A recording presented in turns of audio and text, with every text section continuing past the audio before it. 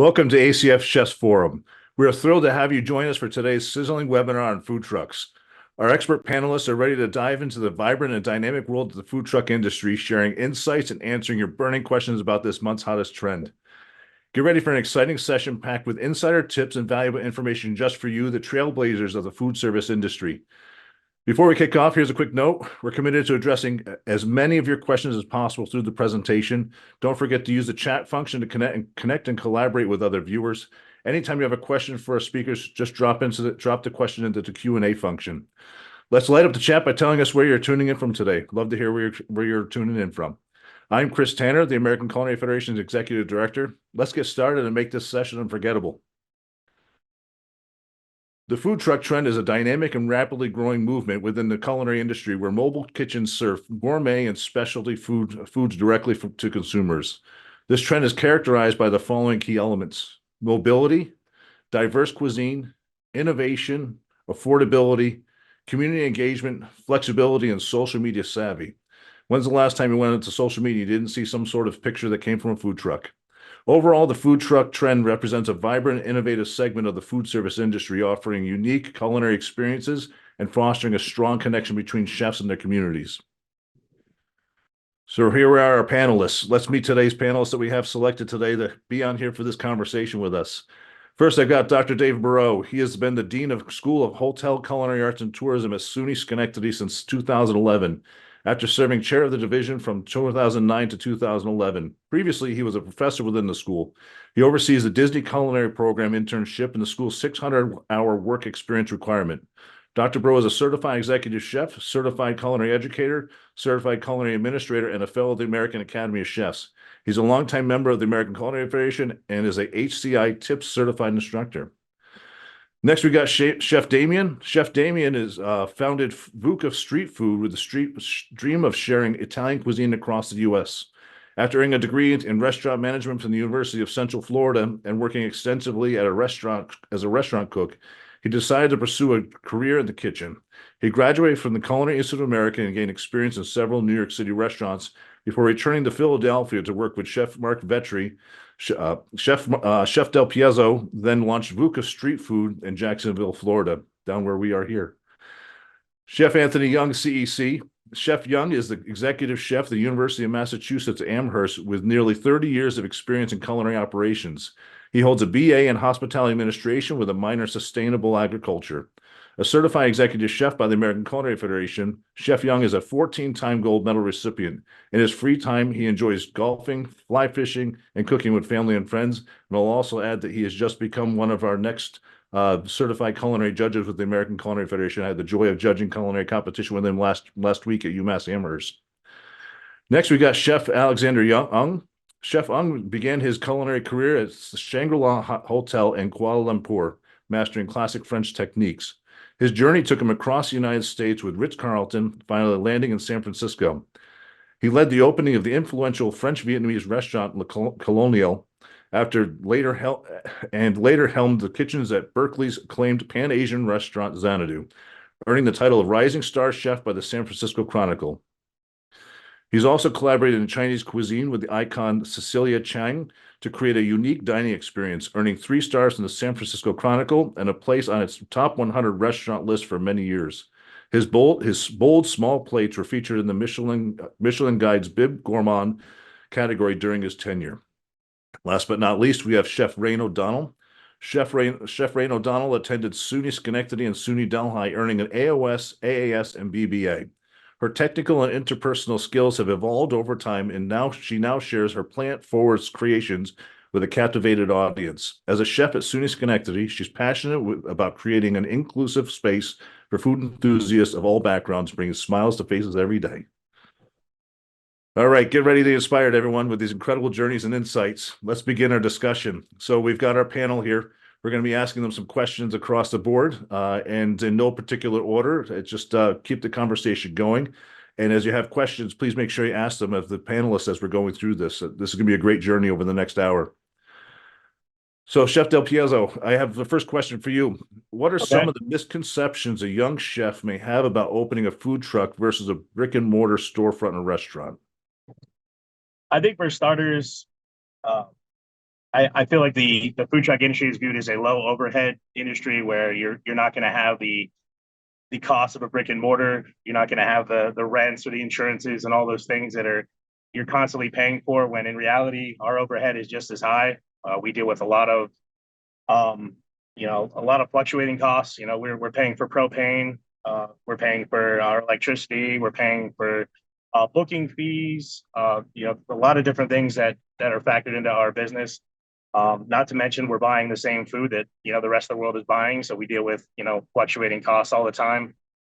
Not only that, but I feel like the thing that shocked me the most was that the cooking and cleaning, the things that you're used to in a restaurant, are the things that you do.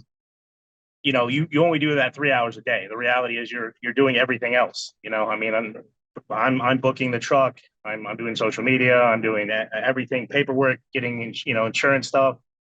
Uh, Not to mention the maintenance. I mean, you're talking about a vehicle with where everything can go wrong. I mean, it's a kitchen on wheels. So think about all the things that you have in your restaurant, and now you put it on wheels. It's bouncing around. You have gas and propane and electricity. You're running off of a generator. There's so many things that can happen that you don't really take into account. Not to mention, the wear and tear on your equipment. I mean, these things that are usually meant to be bolted down on a floor in a restaurant are now moving around constantly, and you have to always kind of stay up on that. So I think that's, in a nutshell, is kind of expect the unexpected. There's a lot going on that you wouldn't normally deal with in a restaurant. So Yeah, you often have a whole man team, and it's kind of you on your own most a lot of the time, right? oh, Yeah. it's that's the biggest thing is I thought I was everyone thinks when they're on the line in the kitchen or they're the guy doing expo that they're the fastest and the best. But when you're doing it by yourself all the time, you really start to learn that I have help. I have a cashier, but 90% of the time I'm cooking for 3 straight hours. It's a lot of food. So but we're proud of what we put out of this kitchen though. Well, I'm proud of the food you're putting out too, because I've certainly enjoyed it. So that makes a whole lot of sense to me, and gives us an appreciation for what you're doing. Thank you. Chef Alex and Chef Young, how did the food truck program begin at UMass?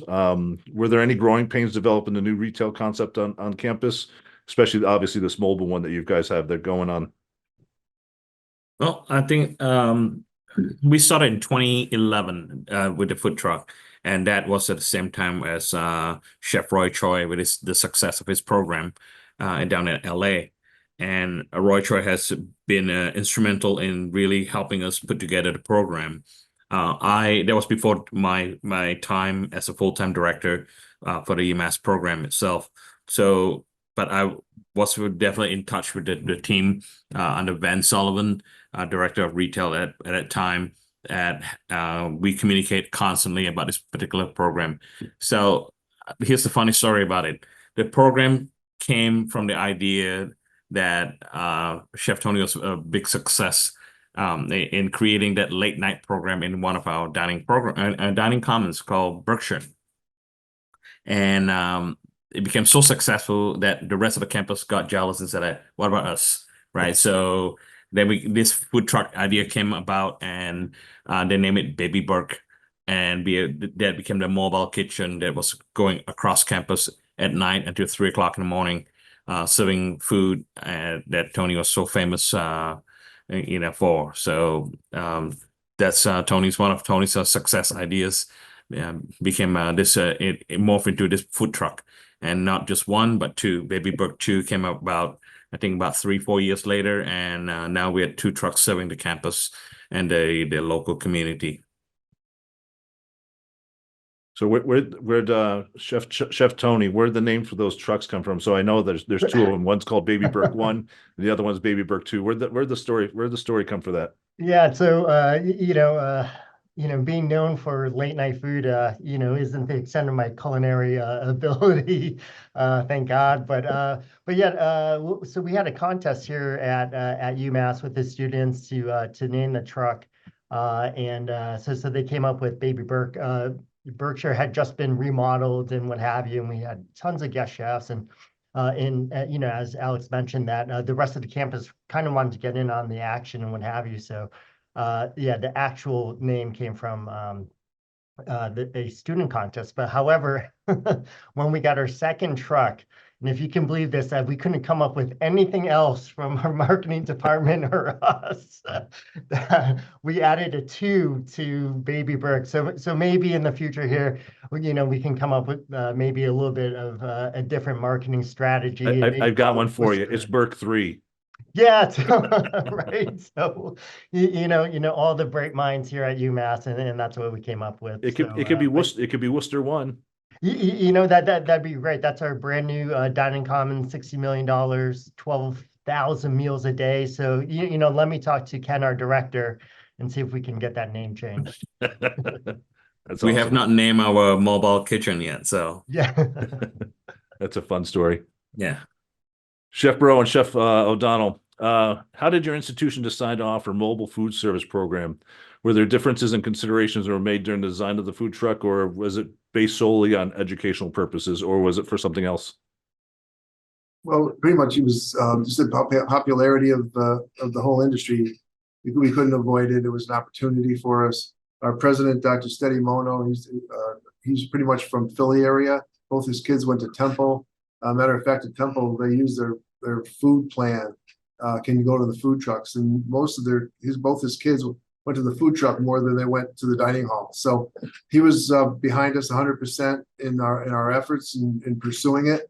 And that's kind of pretty much how we started it. Other than that, it's totally different from how a food truck. I think Damien would be able to agree with this. Is that usually when you're designing a food truck, you design the menu first, then you design the truck around the menu. For So sure. if you do a Philly cheesesteak or whatever, you have like a whole bunch of grill on the back side, just pumping it out. We have about 3 feet of everything. We start out with we have basically our bench work. We have our char broiler. We have our griddle. We have fryer. We have a 6-burner stove.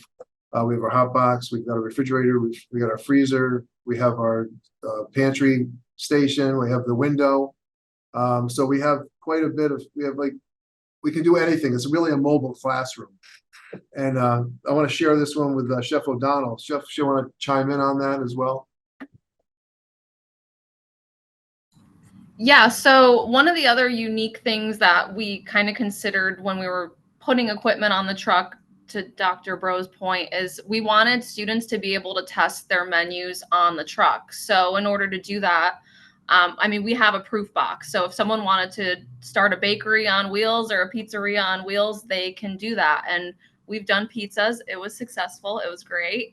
But yeah, we really wanted to open up the opportunity for students to be able to try their concept before they roll it out. And so far, nobody's presented anything that we can't do yet. So it's kind of cool to be able to do that. It's interesting you say that too, Chef, because I think of, obviously we have Damien here on the line and started his own food truck business, but this is a different model where you guys teach the students how to be entrepreneurs doing the food trucks themselves. What do you think the advantages of having this classroom versus, as Damien had to start the business himself? What do you think the advantages of that? Go ahead, Chef Ray. So I find a lot of overlap between culinary arts students and people in the mobile food service program. We all love food. We all have really good ideas sometimes when it comes to food, but we can't all necessarily go open up a restaurant tomorrow, even if we make grandma's recipes really, really well. We might not have all of the other skills that come with it. So through the mobile food service program, we kind of have, from course to course, things that build off of each other. So we start at really, really basic in mobile food service 101 with like identifying equipment, learning knife cuts, learning what different cooking methods are. And then we kind of progress from there into 102. They learn about menu development. What are the county and state regulations? And it's really not until 103 where they're really testing out their business plan, learning how to fill out permits and address some of those realistic concerns that come with running a food truck. But the other bonus to all of it is you have multiple chefs kind of in your pocket guiding you through it. And even this past semester, I had a student who worked in insurance for 20 years and decided that he wanted to start a food truck with his grandma's recipes. He had no idea where to start.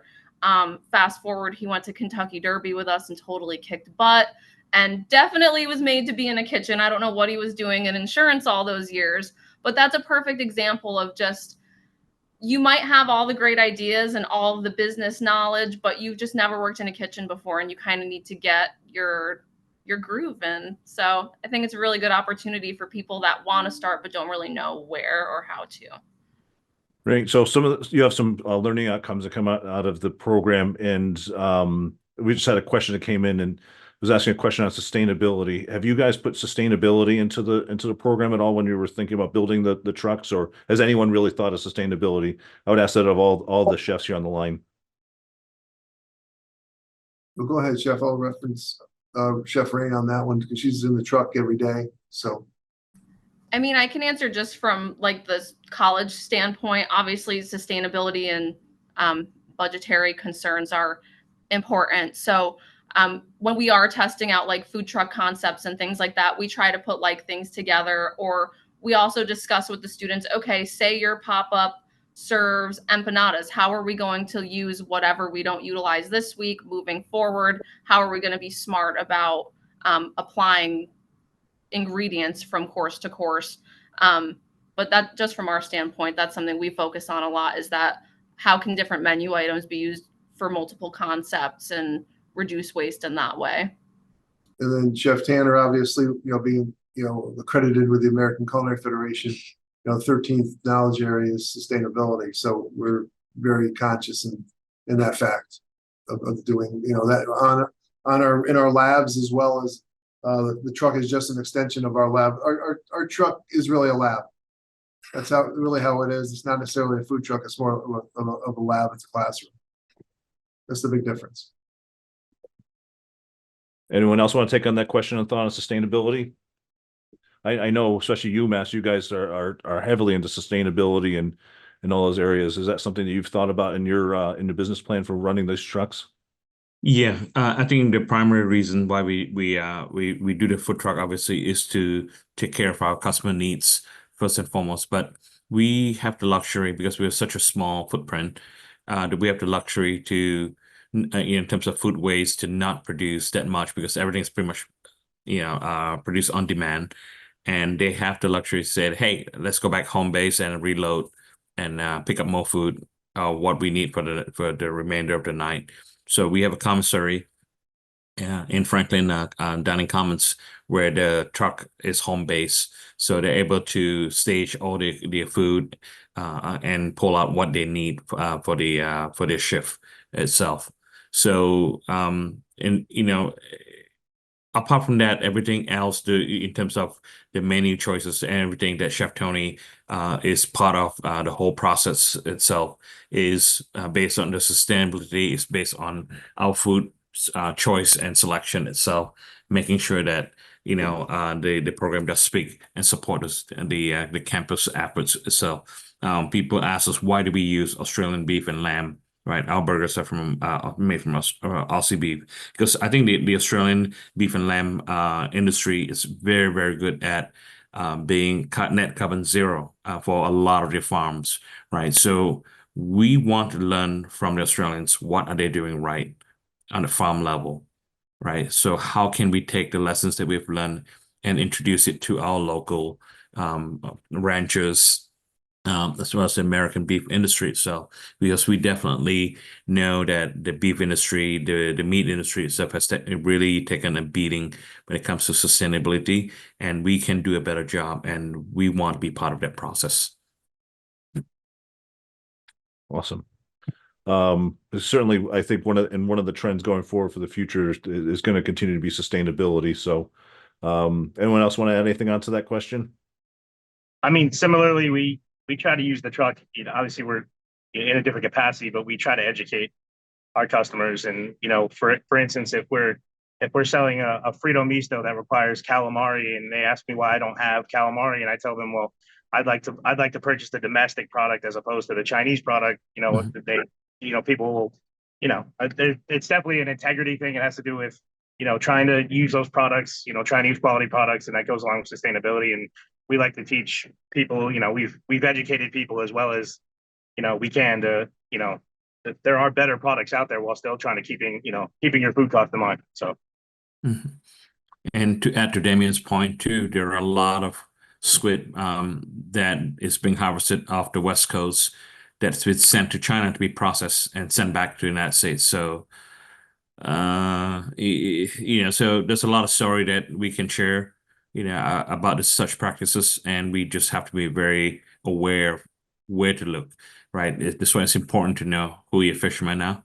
Yeah. Where you get it, where the sources come from, and have that personal contact. Even like for us, like, sure, we go through so much volume, but it's important that we know where the products come from. Yeah, so Exactly. fascinating to have something grown here and then shipped somewhere completely else and then come back and how fresh is that at that point and what happened to it during that point. So it's a very interesting part of it. I've never even thought of that. Yeah. Damien, were you gonna say something else? Oh, no, sorry. That's all Listen, Jeff. right. Gosh, here's a this is I think this is definitely a question for you, Damien.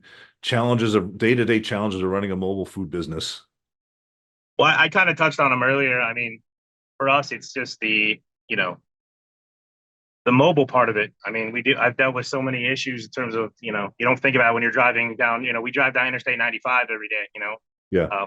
Flat tires, other aggressive drivers, everyone trying to scoot around you. They think you're driving slow when you're actually driving with the proper speed limit. Logistics of trying to get your trailer parked. We pulled up to events where they tell us there's plenty of room, and then with the gate, we can't even fit in the gate. I mean, it's just it's all those things. It's a lot of the mobile aspect of it. I mean, like I said, I gave you an entire parking lot at my last place, so yeah, we appreciate you for that. But like I said, the cooking part of it is the easy part for us. I mean, that's what we do. We do Yeah. that on it's the other stuff. It's the day-to-day maintenance, oil changes. A lot goes into it. So it's not just you can have a food truck and not take care of it, and then next thing you know you're not working, but you have to stay on top of all these things. I mean, all of us have hood fans on top of our trucks that have high clearance or low clearance, I should say. So you look around a lot of these food trucks, they have bashed up hood fans because you're dealing with trees, you're dealing with low clearances.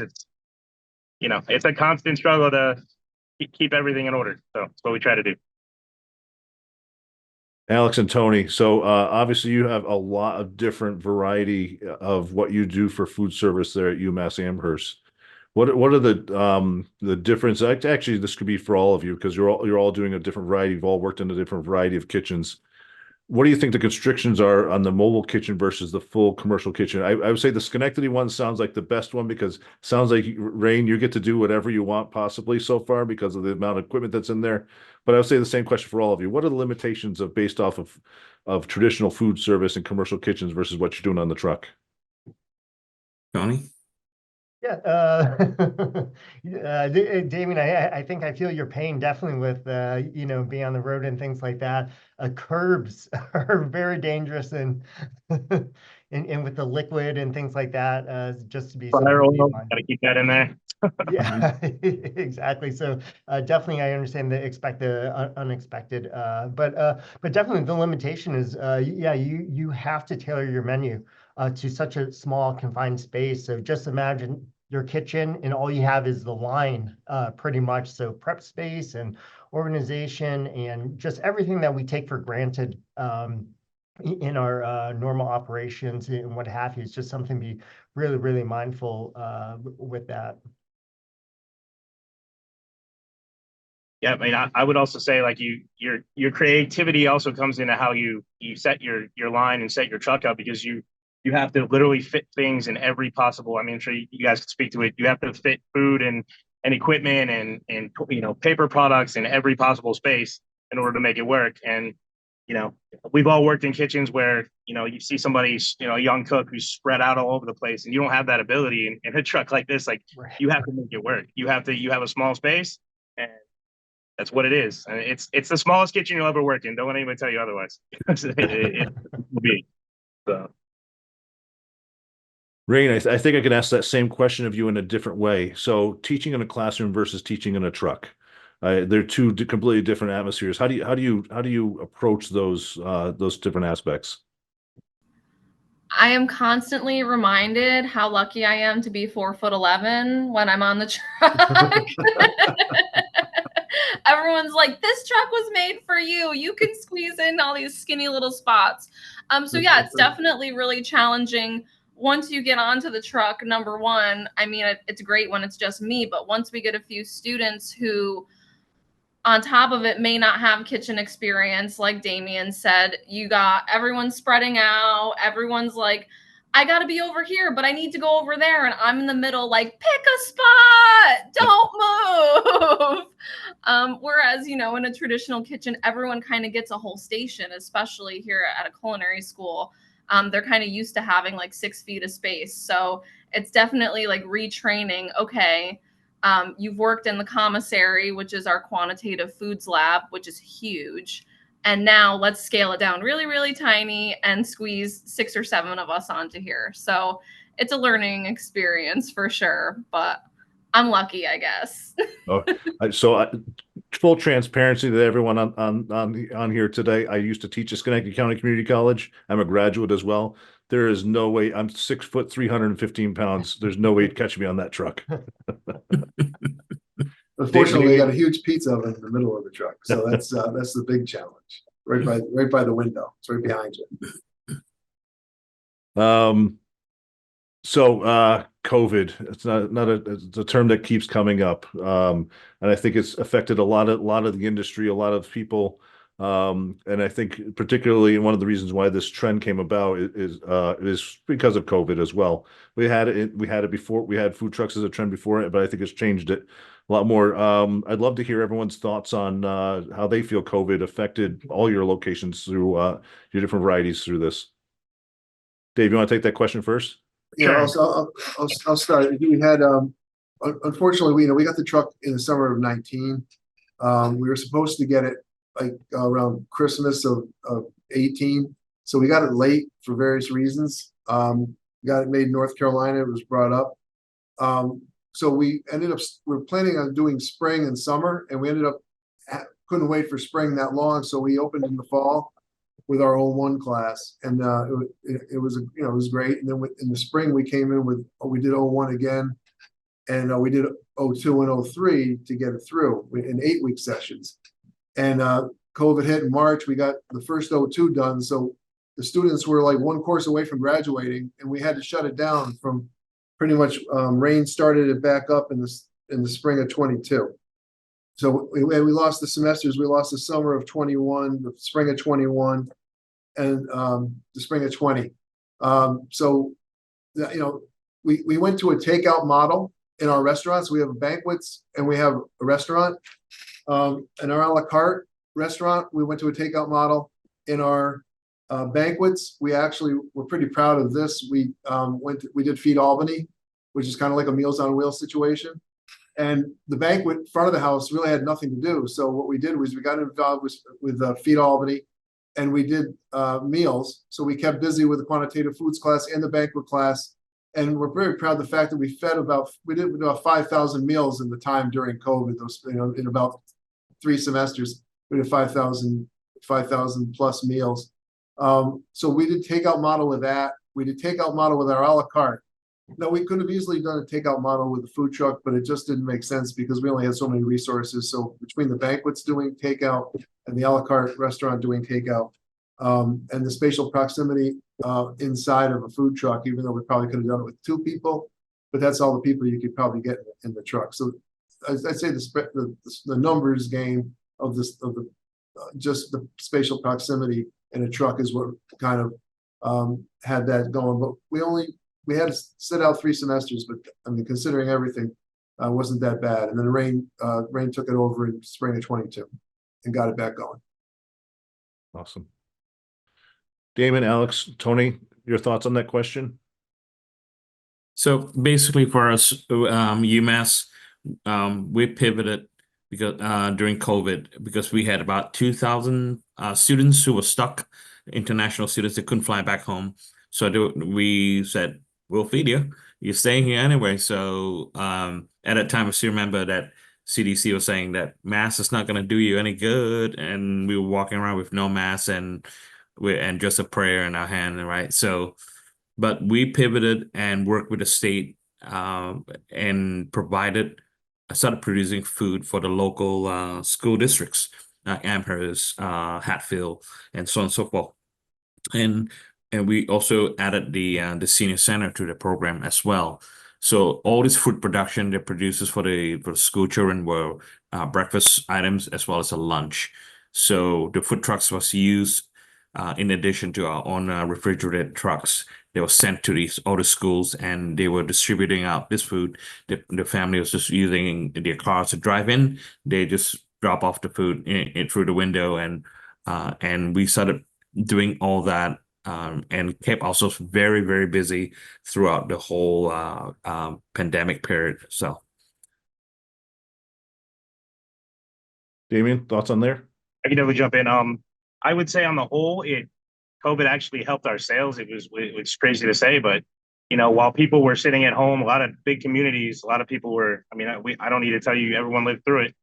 People were going to the supermarket and eating peanut butter and jelly every week. And when you have the opportunity to try restaurant food in your neighborhood, I mean, you're going to jump on it. So, for our industry, it helped us.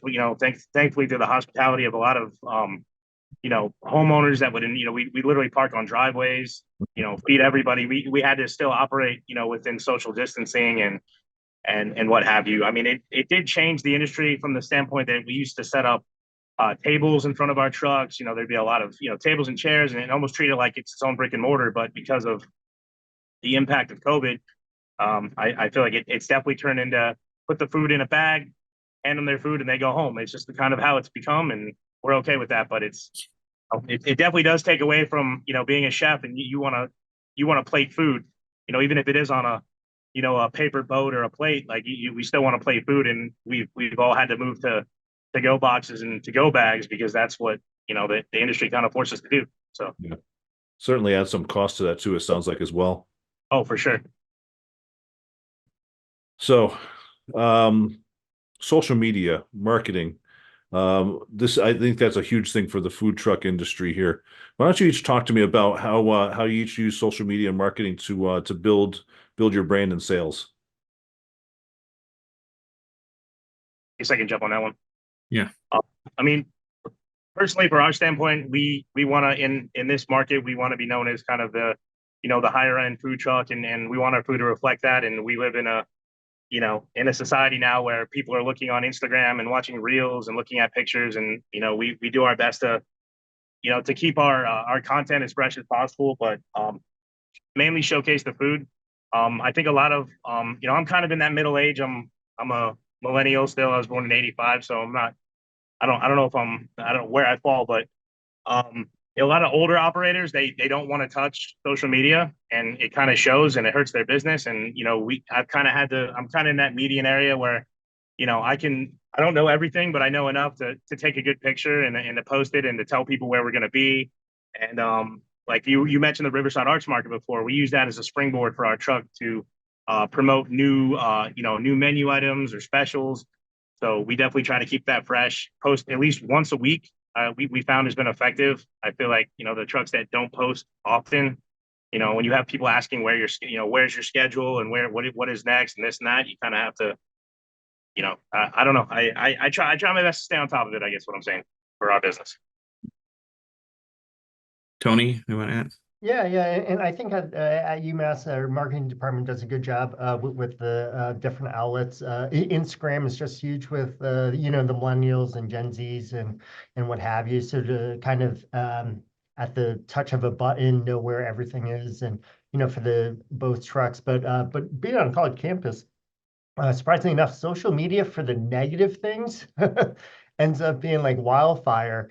And a couple of years ago, we had changed the menu on, I think it was Baby Burke 2, and it just caused a firestorm that we took away their tater tots and went for like a fusion, kind of Asian fusion thing. But in the, not that our newspapers,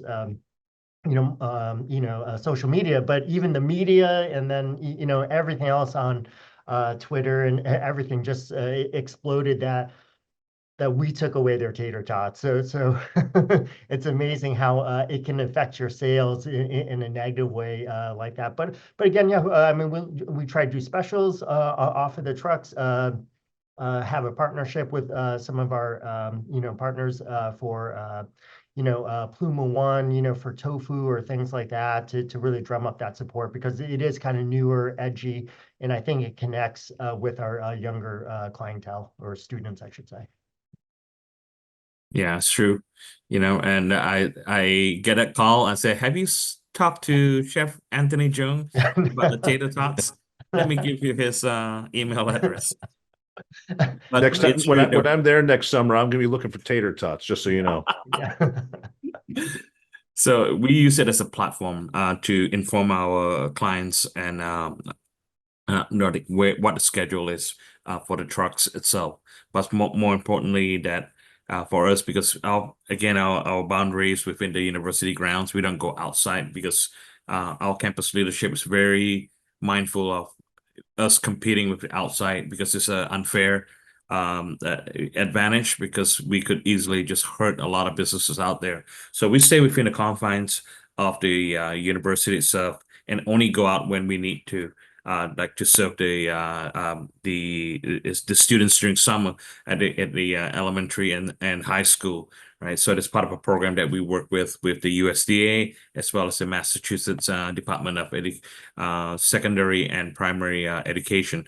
So that is a platform, that we supply free lunch and breakfast for the students during the summer months in the neighborhoods that's identified in Western Massachusetts, right? So working with what Tony has mentioned about working with a vendor partnership, right? We do a vendor day where they do a takeover, and we feature 1 or 2 recipes that their recipe, as well as Chef Tony's recipe featuring their products, and offer free samples. And we'll hit like maybe 2 locations during lunch. And it's also to give them a taste of what's new. But also this platform is to almost like offer a grab and go concept, where students between classes, they're running from one class to another, they can just grab something real quick, handheld, chomp on it, and move on to the next class. I have my next. Go Chef ahead. Tanner, just Chef Rain is our expert in the media area, so just Yeah. wanted to give her just a second just to share what she does on our end. Of course. I think it's an important part of teaching the students. That's one of the reasons you're here, to let people know that, especially when you have a curriculum, we have a lot of educators on here who want to know that as well. So excellent. She does a great job with it. Yes, I am the token millennial in our department that does all of the social media. But it is really fun, especially in the confines of our class, because like I mentioned, when we do pop-ups on campus, usually they are student concepts. So along with getting them engaged in the sense that they're making social media marketing materials and we're posting them, they're also getting their name out there. So they then can take our SUNY Schenectady post and share it to their circle, and their people are sharing it to their people. So it really gives them the image of, this is how it works. This is how it kind of branches out. And then, the day of, they have a line and we sell out. And I'm like, this is how it works in practice. So it's pretty cool to get to see that happen like in real time, and they get to be a part of it. And it gives them kind of an inkling of what they should be doing once they move on from that classroom setting. Awesome. That's really cool. I love that. Thanks, Sean. Just so you all know, there's a swath of questions coming in. And those of you that are asking questions, I'm going to hold on to a lot of these questions till the end, probably, and even send a lot of them to all of you just to answer them, because I still have a bunch of questions that we've had from prior that I want to make sure I get to. So those of you that are online, I want to make sure that you don't think I'm ignoring you. We just got a lot to cover, and the chefs will certainly get to you back afterwards, because some of your questions are pretty involved. One of the next questions I want to ask all 3 of you. So you've got these trucks. You have them at a school for food service. You're teaching out of a truck, and Damien, you're running a truck day to day. Damien, I'll ask this question for you first. Is there something that you wish you knew before buying that truck to start your food truck business? I mean, that's a loaded question for me, but I mean, just the amount of, it's a living, breathing thing. I mean, anyone that tells you that owns a business, it's nonstop. So it's, I mean, yes, we can park the truck and say we're not working today, but it doesn't stop. It's no different than any other business. You know, I'm always, you know, answering emails and booking the truck for different spots and what have you. I will say, as much as, you know, we don't like to talk about how hot it is in the kitchen. I mean, this little tin can is a little different than there's no central air. So the air conditioning units here are basically useless. So when you've got, griddle, grill, 2 fryers, steam table, 6 burners, all that stuff going, it's, just prepare yourself. It gets rough in here. So I mean, I guess I would say that is, whatever hot kitchen you think you've worked in, you've never worked in this one. So I was just trying to grab my phone to see, because we're both in Jacksonville, Florida, to see what the temperature is outside. And for you, you probably had another 20 to 30 degrees, if not more on that. on either none of the gas is on yet. Once I fire everything up, it'll probably jump up here. So We were 100. We've hit 100 over the last couple of days. So you probably hit about a good 130 in there a few days. nice. Nice. You're welcome. Tony and Alex, same question to you. Is there something you wish you would have known before bringing those food trucks onto campus? Yeah, I wish I had a map of campus where we had like a no truck zone where you can't go, where you can park, where you can't park. Just learning that alone was a lot on our end, with definitely with deans and professors and everybody on campus that just deemed it inappropriate that there was food in this section, or that they just paved this new area and what have you, and getting some of those emails were a little tough to answer and what have you. But yeah, in lieu of that, that's definitely something that I think any truck owner would be well to do, is the local ordinances and things like that. Find out where you can park, where you can't park, and where you can't back up. Correct. You agree with that, Alex? Yeah, I agree with that, and nothing more to add to that. I mean, it's always a challenge on campus. We do get tickets too. They don't spare nobody. Dave and Chef O'Donnell. So obviously, teaching out of a mobile kitchen is a lot different than teaching out of a classroom. Before you got this truck, what do you wish you knew before putting this into the curriculum?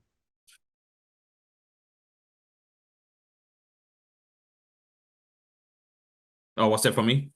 No, Chef. No, I was saying Chef O'Donnell or I'll start, and then I'll refer to Chef O'Donnell, just because I kind of like worked on designing the truck, and then chefs come in and she works it every day. When I first did this, we had some grads who were in the food truck business, and I actually asked them, and I went to them and I asked them for consultation. It was interesting because they owned trailers, and I said there's one young lady who had 2 trailers, and she was like, she just graduated. She was like 20 years old. She had 2 trailers, and I said, okay, so why trailers? Why not food trucks? She goes, trailers don't break down. So if they break down, you can get another truck, and you can just like rent a truck and pull it to another place. And then it was pretty cool for a similar price. We have to start talking about the costs. You can probably get maybe 2 trailers for the same cost as the truck, or maybe more than that. So you can be in more than one place also. So you can be more than one place for the same cost.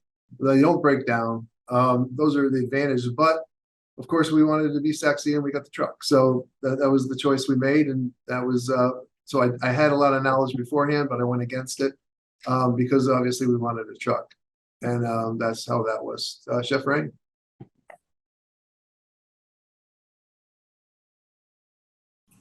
I'm sorry. I think I got cut out and it restarted on me. So Oh, no. Okay. So the question, Chef, was before you started teaching in this curriculum, because you came in when the truck was already there. The question for you would be, do you wish there was something you knew before you started teaching the food truck curriculum? I think if anything, I kind of wish I was more involved in like the planning. Like it was really cool to come into it and kind of be given this thing and be told like, hey, this is what we got. We've got a really nice truck and you can kind of do whatever you want with it.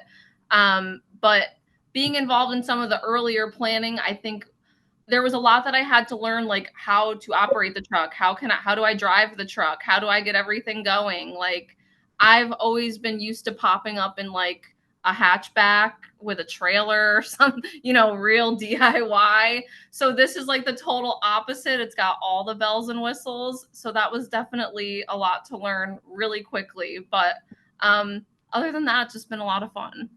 I definitely hear a theme across the board of how to drive this thing, how to park this thing, and where not to get tickets. I've heard that across all the spectrum here. So, Especially for him, you basically need a CDL. I mean, you're backing this thing up. I mean, you're backing a 18-foot trailer up into little spots. I mean, you become a great driver really quick. I've parked RVs. I couldn't imagine parking that thing. Your entire thing is a blind spot. Yeah. Well, my biggest priority was getting the largest truck I could get with a Class 5. There you go. That was it. That was my question. What's the biggest truck I can get with a Class 5? For those of you who haven't seen it, they do have a massive truck there. So, but that's how you have all those capabilities within that space. But you still got to park it. Yep, sure do. Dave, now, just I'll piggyback with a question for you. So how many years have you had the program now for food trucks? Since 19. How have you seen the program evolve over time? Obviously, you went through COVID. You mentioned some of that. So how's it evolved over time, and where do you think it's going to go next? Well, I'll do a quick thing. Our numbers are increasing. It's not easy. The hardest thing about running a food truck program is how many students are in the class.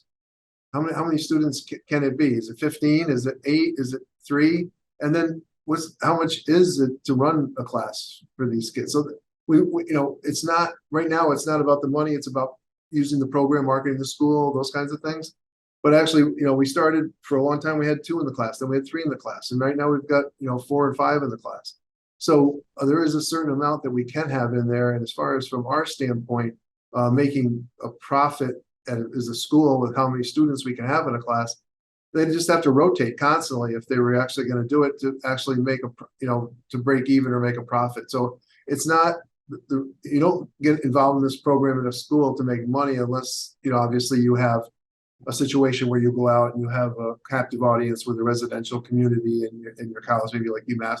I can't speak for them, but it's a situation where our numbers are growing, and we have grads now too. So now we have some success stories out there. Chef, you want to talk about some of those success stories, or give your take on it?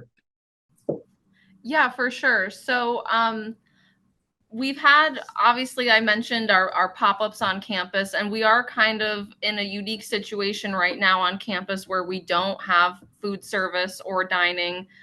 So it's kind of been offered to the mobile food service program that what we can do more pop-ups and we won't be in competition with anybody. So definitely looking into that as an option to get more students on the truck to test some of those business ideas, even if it's not necessarily within the confines of getting the certification. Maybe they just have an idea and they need a place to try it. And I think that having this truck and having that opportunity is really unique and really cool, and not something that a lot of us got as young chefs. So I think that could be really special. But aside from that, we do have some success stories, and that's really awesome. So we've had 4 out of our 6 concept pop-ups totally sell out on campus within the community. So that's 4 out of 6 students who got a really cool opening day and got to experience that. And then beyond that, I mean, we've had, even just this past semester, 2 students walked out with a business plan in hand.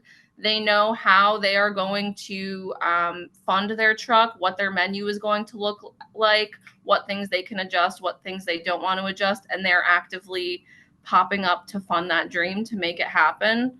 So that's really cool too, as a chef, being able to go and, try your students pop up and, tip really, really good because you want to see them get a truck. So yeah, that's been really awesome.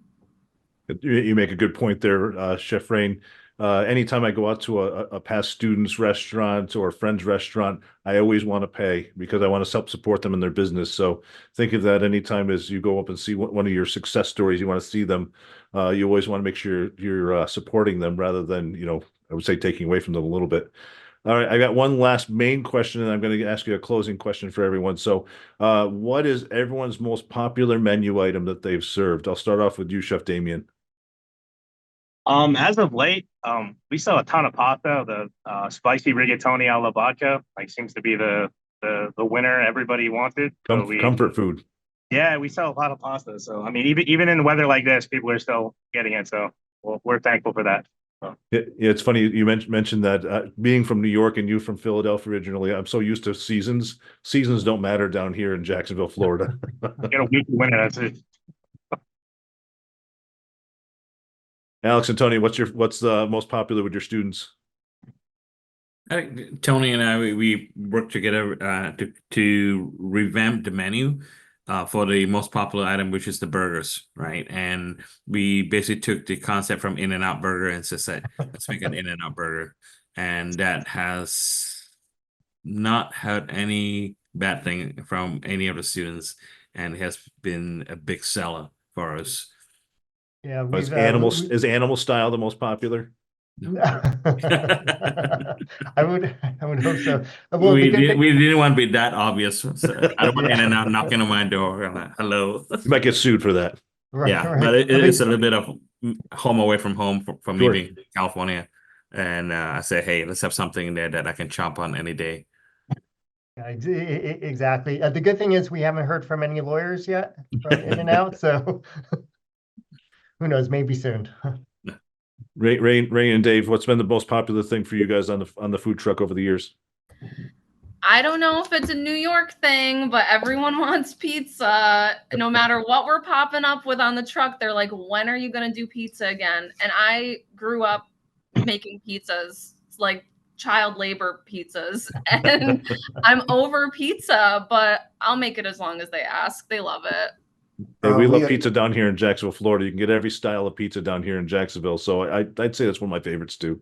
Well, we had Paul, as Chef Tanner knows, we had Paul Krebs and Sutelski, who are baking pastry instructors for years. And when I was designing the truck, they was adamant that we had to have a pizza oven on the truck. So we do have a double conveyor pizza oven on the truck, and it's right in the center of the truck. And as Chef Rain's saying, yeah, it's much easier for her to work that truck than it was Chef Stamos to work that truck. I'll tell you that much right now. But yeah, that was. But they're both retired now, and we have pizza still. So I guess it's a good thing. But yeah, pizza is people love pizza, and we have variety we can do on that as well. So it's good. Awesome.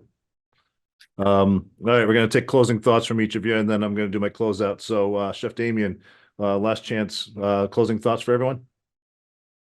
I'm just I'm happy that there's just hearing from the other chefs here that there's a curriculum now for young chefs to get to learn the process, because I would have loved information like that. I mean, for me it was just go, and a lot of frustrating time sitting in front of a computer, drawing layouts of your truck and submitting them to the DBPR and all this other I don't know how it is in other states. I know Florida seems to be a little easier to, regulation wise, but I can imagine what it's like in some of the northern states too, to try to get a business started. And, it's awesome that there's resources like that, for just, anytime you can, a young chef can turn into an entrepreneur. It's pretty cool. So. Tony, Alex.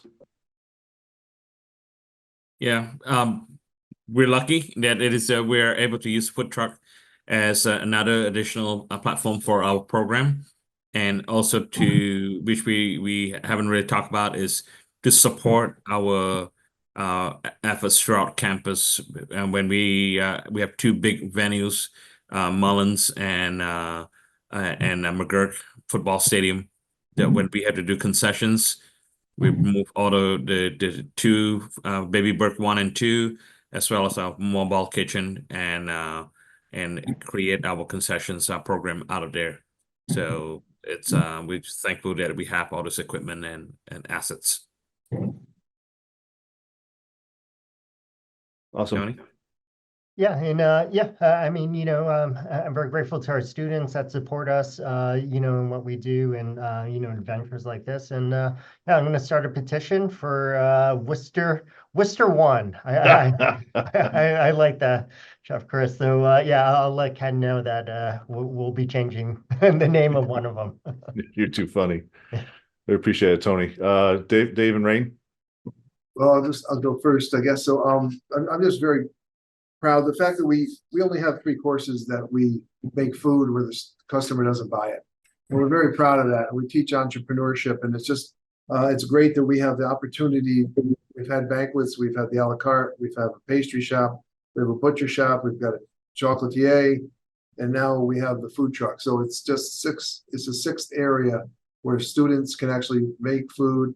We can actually sell it and teach entrepreneurship.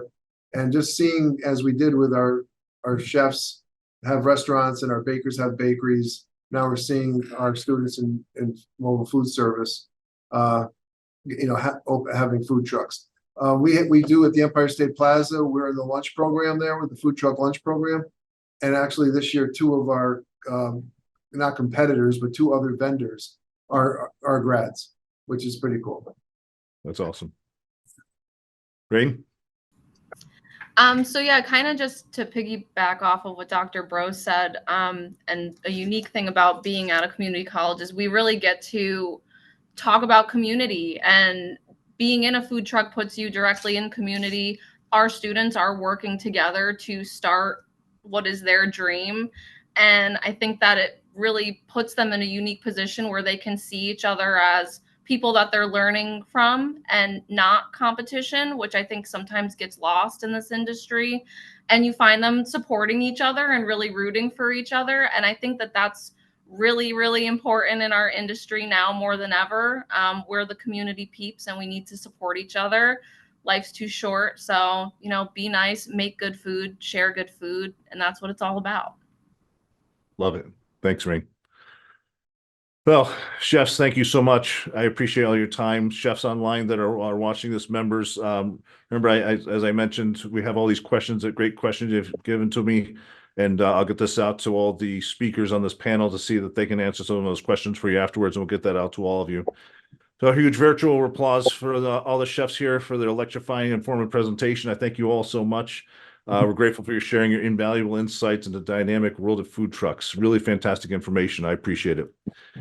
Be on the lookout for the survey hitting your inbox soon. Members, completing it will earn you those crucial continuing education hours. Mark your calendars for our next thrilling webinar on July 2nd. Savor Imports will be diving into sourcing food from every corner of the globe for our July trend, which is Global Pantry. And don't miss out on the culinary event of the year, just 4 weeks away. The ACF National Convention in Phoenix, Arizona from July 14th to 17th is going to be an unforgettable experience packed with cutting-edge culinary education and networking opportunities. For more details on upcoming webinars in the ACF National Convention, visit acfchefs.org and click on the Events tab.